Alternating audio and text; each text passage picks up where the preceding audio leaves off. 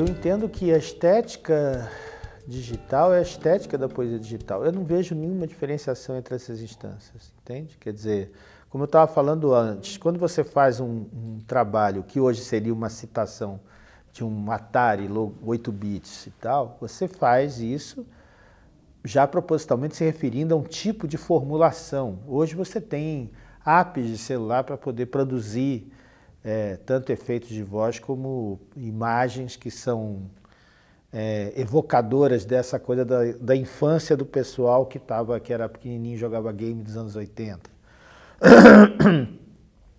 Então, portanto, eu acho que essas coisas estão profundamente relacionadas. Não há como você pensar numa estética dentro do mundo digital que não faça parte desse environment, desse ambiente, né, do mundo digital.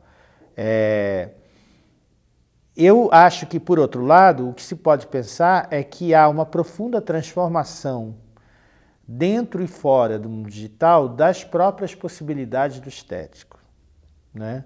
Se a gente for pensar academicamente na origem dessa ideia de estética lá do Alexandre von Baumgarten, dessa coisa toda,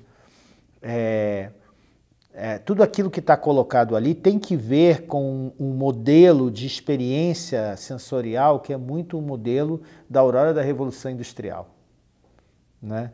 E a gente percebe que, sobretudo a partir dos anos 60, esse modelo começa a se desmanchar completamente, né? Então, a busca que essa e outras formas de expressão, de comunicação, de transmissão de dados faz, também é uma busca estética que está relacionada, como bem observou o filósofo Gilles Deleuze, está relacionada com uma questão ética também, né? Com novas formas de comportamento, de conduta, de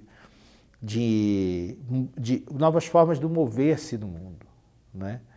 E, portanto, aí você começa a ter também os fazeres de outra maneira, né? E eles interferindo de outra maneira nos processos. Veja, por exemplo, que para você escrever um poema no auge do romantismo, se você estava motivado pela nova estética, que então era dita como estética moderna, que era a estética romântica, você tinha que se armar de uma pena, de um papel e de uma atmosfera inspiradora para o seu trabalho. Você tinha que ir para a taberna, ou você tinha que ir para o contato com a natureza, ou você fazer o poema para a amada, etc. Você tinha que ter essas situações, né? Era um outro tipo de performance, né? Hoje você pode escrever o poema das formas mais diversas, né? E aí você pode dar a ele um tratamento convencional através do meio digital ou um tratamento não convencional através do meio digital. Quer dizer, o meio digital ele passa a ser o elemento principal a partir do qual se faz essas modificações. Ainda não se discutiu suficientemente, eu falo isso há anos, e talvez seja ignorância minha não saber que existam textos, e certamente existem sobre isso, mas a grande transformação produzida pelos editores de texto no mundo digital, porque eles criaram a possibilidade para que qualquer pessoa, e hoje a gente diz qualquer pessoa mesmo, anos atrás, sobretudo na década de 90, quando se dizia qualquer pessoa, não, mas você precisa ter um dinheiro para ter um computador, né? Hoje esse argumento caiu por terra completamente. Todo mundo tem ou acesso ao computador ou tem um computador, ou tem o computador no celular. Quer dizer, a mediação digital passou a ser a mediação exclusiva e fundamental de todas as coisas que se fazem. E, portanto, a gente já incorporou nos nossos próprios processos de expressão isto que seria uma estética digital. Não há mais um fora disso, não é? Há a possibilidade de você digitalizar o que antes foi produzido dentro do terreno analógico. Eu posso pegar uma pintura, um desenho, e isso é um aspecto, inclusive, que o meio digital tem se mostrado da maior importância, que é construir a memória desse material. Por quê? Um desenho, o papel oxida, vai se desfazendo e tal, e o meio digital, conquanto tudo possa ser perdido imediatamente, mas ele tem sido o grande fiador da possibilidade da construção dessas memórias. Se me permitir um comentário de natureza pessoal, eu e uma colega minha, que hoje é professora de um programa de pós-graduação na ESPM, a Mônica Rebeca, nós apresentamos uma vez em Cássia um texto em que a gente falava, eu estava na época em que fizeram uma série chamada Holocausto, a primeira versão dela, lá nos anos 90. E Baudrillard, na época, escreveu um texto desancando a série, dizendo que aquilo ia destruir a possibilidade de memória do Holocausto.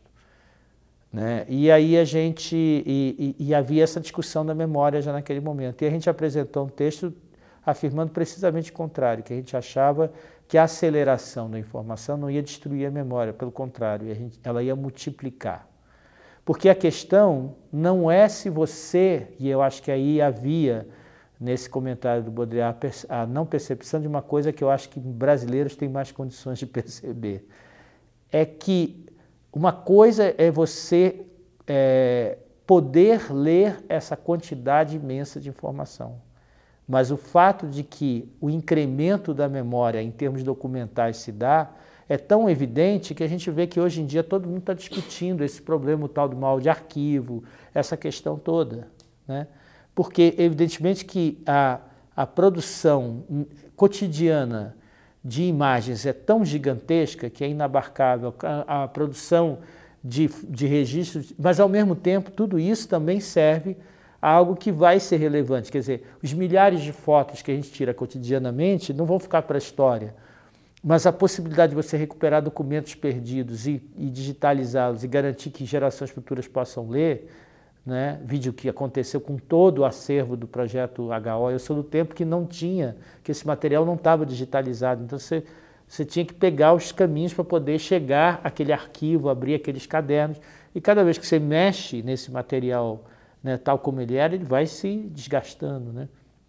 Então, com todos os perigos que isso representa, evidentemente, mas a gente tem não a subtração, mas um crescimento exponencial, né, de artefatos de memória, né, a partir disso. Então, a memória, a mnemose, né, está totalmente ligada à poiesis. Né? Quer dizer, então, o processo poético é um processo que depende diretamente disso. Acontece, aí falando também, ainda por último, de uma observação pessoal, acontece com a poesia digital uma coisa muito, muito curiosa, é que, do mesmo modo como antigamente você via uma tendência majoritária em não colocar a sua poesia no meio digital, hoje você vê uma tendência majoritária em tentar encontrar um meio de colocar qualquer que seja o poema, seja ele um poema digital mesmo, seja que usa os recursos da própria linguagem, ou seja simplesmente como registro, como eu estou falando, há todo um esforço no sentido de fazer isso, né, o tempo todo.